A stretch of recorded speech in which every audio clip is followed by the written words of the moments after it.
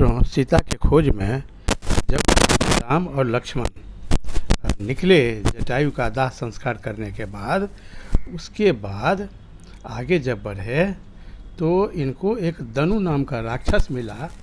गंधर्व था दनु नाम का, जो राक्षस हो गया था।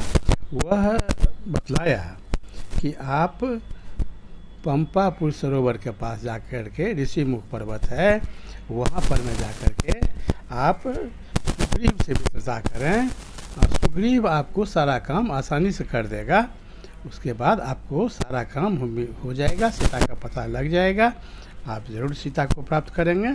आप जाकर के वहाँ पर ऋषिमुख पर्वत पर सुग्रीव से मित्रता कीजिए। और उससे पहले आप यहाँ से मतंग वन में सबरी नाम की एक तपस्विनी रहती है, जो आपका बहुत बड़ा भक्त है, उससे मिलिए। सबरी आपको हनुमान जी के पास जाने का, सुग्रीव के पास जाने का पता बतलाएगा। तो ये दोनों वहाँ से सबरी के आश्रम के लिए चले और सबरी के आश्रम में जाने के बाद सबरी से भेंट हुई, सारा बात हुआ। उसके बाद सबरी ने इनको बतलाया कि यहाँ से सीधे आप चले जाइए नदी के किनारे किनारे, ऋषिमुख पर्वत है, उस पर्वत पर में, पर्वत के चोटी पर सुग्रीव रहते हैं। उसमें आपका एक परम भक्त हनुमान भी उसका मंत्री है।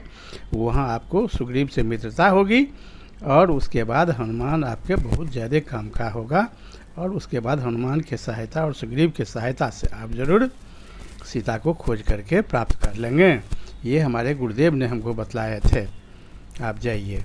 तो सुग्रीव तक जाने का पता बतलाया। उसके बाद ये दोनों भाई आगे बढ़े तो पंपापुर सरोवर को पार करते हुए ऋषिमुख पर्वत के पास गए। मित्रों, इससे पहले हनुमान जी जो वहाँ पर मिले थे, हनुमान जी से प्रथम हनुमान और राम का भेंट, इस पर वीडियो हम ऑलरेडी दिए हुए हैं, उसको देख लीजिएगा। सबरी का भी वीडियो ऑलरेडी दिया हुआ है। उसके बाद और आगे की कहानी हम बतला रहे हैं। तो जब सुग्रीव की मित्रता के लिए ये लोग गए वहाँ पर, तो हनुमान जी से भेंट हुई। हनुमान जी अपने कंधे पर चढ़ा करके इन लोगों को ऋषिमुख पर्वत पर ले गए। वहाँ पर्वत पर जाने के बाद सुग्रीव से भेंट हुई और वहाँ का कहानी बहुत ही अच्छा है। श्री राम जी का बात सुनकर सुग्रीव के विषय में और सौम्य भाव जानकर हनुमान जी इनको सुग्रीव के पास ले गए, जो दनु नाम का राक्षस और सबरी ने बतलाया था। ये बहुत ही धन वैभव का दान करने। उसके बाद जब सुग्रीव के पास गए तो सुग्रीव से हनुमान जी ने कहे कि ये अयोध्या नरेश महाराज दशरथ के पुत्र राम और लक्ष्मण हैं, आपसे मित्रता करना चाहते हैं। ये बहुत ही तेजस्वी हैं। प्रभु श्री राम तीनों लोक के स्वामी हैं, ये उदार हृदय के हैं, आपको इनसे मित्रता करना बड़ा कल्याणकारी होगा। सुग्रीव भी बहुत कष्ट में थे। सुग्रीव बाली का छोटा भाई था और बाली बहुत ही तेजस्वी और बलवान बानर था। बानर राज्य का राजा वही था और बाली और सुग्रीव में बहुत ज़्यादा मित्रता, दोस्त प्रेम था, बहुत ज़्यादा मिलजुल कर दोनों रहते थे। किंतु किसी कारणवश एक दिन दोनों में बहुत ज़्यादा तनाव हो गया और उस दिन बाली ने सुग्रीव को वहाँ से मार करके राज से निकाल दिया और सुग्रीव का पत्नी को भी छीन लिया और सुग्रीव को जान मारने के लिए तैयार हो गया। तो वहाँ से भाग करके सुग्रीव किसी तरह ऋषिमुख पर्वत पर आए। उसके साथ उसके 5 मंत्री भी साथ आए और ऋषिमुख पर्वत पर बाली नहीं आ सकता था। मतंग ऋषि के श्राप के कारण बाली ऋषिमुख पर्वत पर नहीं आ सकता था। वहाँ भाग कर आकर के सुग्रीव ने किसी तरह अपना जान बचाया और वहाँ रहता था। उस दिन से बाली के भय से आतंकित रहता था। जब राम से भेंट हुई और हनुमान जी ने जब उनको बतलाए कि राम बहुत ही तेजस्वी हैं, इनके पास अमोघ शक्ति है, ये जो अपने वचन के बहुत पक्के हैं, ये जो कहेंगे वह ज़रूर करेंगे, आप इनसे मित्रता कीजिए, ये आपसे मित्रता करने के उद्देश्य से आए हैं, आप इनका हाथ थाम लीजिए, दोनों मित्रता कीजिए। तो जब दोनों में मित्रता होने लगी तो हनुमान जी अग्नि को प्रज्वलित करके, अग्नि को साक्षी रख करके दोनों को मित्र बनाए और उसके बाद दोनों एक दूसरे के दुख दर्द में साथ देने के लिए वचन दिए।